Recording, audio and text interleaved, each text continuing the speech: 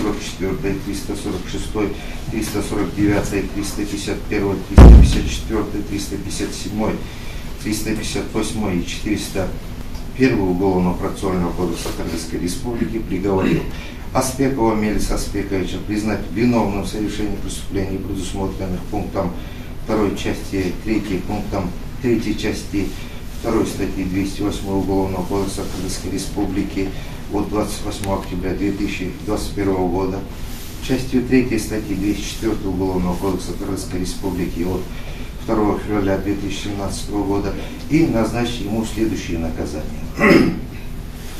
По пункту 2 части 3, пунктом 3 части 2 статьи 208 Уголовного кодекса Кыргызской Республики от 28 октября 2021 года назначить наказание в виде лишения свободы сроком на 6 лет. По части 3 статьи 204 Уголовного кодекса Кыргызской Республики от 2 февраля 2017 года назначить наказание в виде лишения свободы сроком на 6 лет.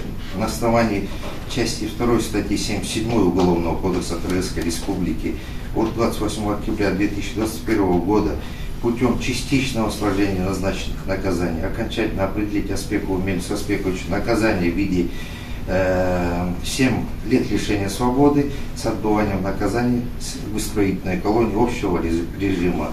Срок отбывания наказания Аспекова исчислять с 9 января 2021 года. Согласно части 5 статьи 80 Уголовного кодекса Кыргызской Республики от 28 октября 2021 года срок содержания по страже до вступления приговора в законную силу Аспекова Мелиса Аспековича засчитать из расчета 1 день содержания по страже за 1 день лишения свободы в исправительном учреждении. Меры пресечения в отношении Аспекова в виде заключения по страже до вступления приговора.